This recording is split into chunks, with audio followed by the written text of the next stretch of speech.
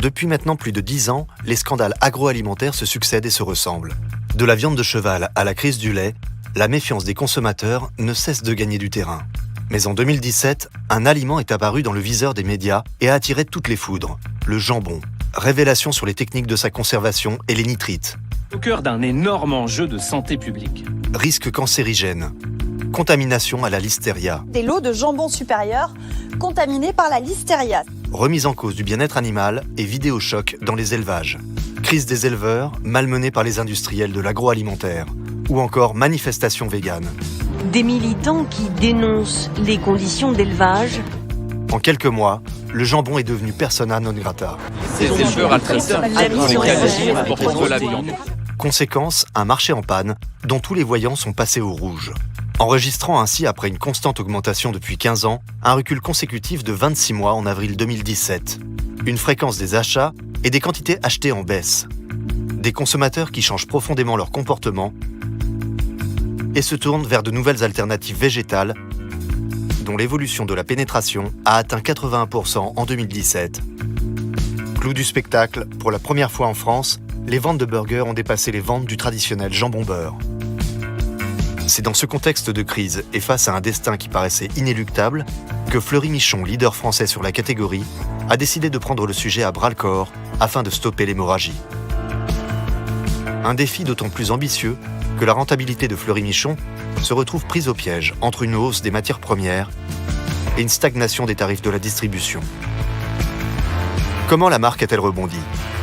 Tout d'abord, en s'appuyant sur son jambon emblématique du Manger Mieux, issu de sa filière GEM, filière française sans OGM et sans antibiotiques.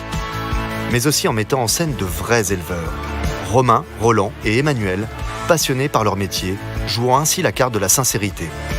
Et en créant un nouvel écosystème, venez vérifier, déployé sur tous les canaux, en télé, au cinéma, en presse, mais aussi en digital, en RP et en magasin. En télé et en cinéma, un dispositif en 2 temps. Temps 1, un teaser pour surprendre, apporter une dimension humaine et dévoiler les éleveurs tels qu'ils sont, sans artifice. Quand on dit élevage industriel, les gens pensent... Non. Quand on dit industrie agroalimentaire, les gens pensent... Les gens pensent élevage industriel. Et c'est pas très intéressant. Alors maintenant, si vous avez...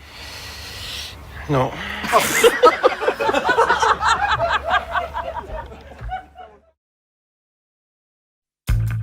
Temps 2, un film révélation, présentant la filière portée par ses éleveurs et leur savoir-faire.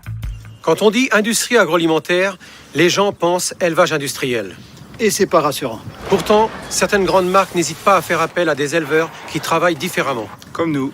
Fleury-Michon, par exemple, c'est grâce à nous s'ils ont pu créer leur filière d'élevage sans antibiotiques, sans OGM. Maintenant, si vous avez toujours des doutes, venez vérifier par vous-même. On vous attend. Venez vérifier sur fleurymichon.fr. En digital, sur les réseaux sociaux, nous retrouverons nos 3 éleveurs invitant via des vidéos selfies les consommateurs à leur rencontre. Je vous invite à venir voir comment on travaille vraiment. Une invitation relayée aussi en magasin via un stickage événementiel sur les produits. Au final, une expérience venez vérifier unique permettant ainsi aux consommateurs et blogueurs de remonter la filière de l'élevage à l'usine. Et pour tous ceux qui n'auraient pas pu aller sur place, des vidéos preuves dévoilant l'envers du décor seront mises à disposition sur le site. Enfin, ce sujet clé pour la marque sera défendu auprès des leaders d'opinion en presse quotidienne. Les résultats. Une campagne remarquée par les consommateurs qui sont 68% à la percevoir comme différenciante et qui disposent ainsi d'un souvenir publicitaire fort. Une campagne remarquée par les médias avec des dizaines de retombées RP en presse, web et des retombées TV permettant de toucher une audience de plus de 10 millions de personnes. Une campagne qui a été aussi très appréciée, avec un agrément important. La majorité des spectateurs le regarderaient une nouvelle fois avec beaucoup de plaisir. Une campagne incitative, avec des scores d'engagement largement supérieurs à la norme Kantar et jugée originale, intéressante et impliquante. Elle incite d'ailleurs plus de 56% des téléspectateurs à l'achat. À l'arrivée, des résultats très positifs sur la marque, avec des consommateurs qui associent directement la notion de qualité à la marque Fleury-Michon. Des résultats très positifs sur les ventes qui ont bondi de plus 10% en incrémental et ont permis à Fleury-Michon de s'affirmer comme la première marque nationale sur l'élevage responsable avec 24,9% des parts de marché en volume fin 2017 devant Brocéliande et Herta.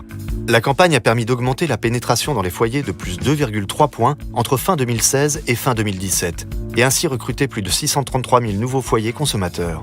Mais aussi de consolider les consommateurs actuels, qui ont augmenté la quantité achetée de charcuterie GEM de plus 52% par rapport à 2016 et ont aussi porté leurs achats sur d'autres produits de la gamme, lardons, volailles.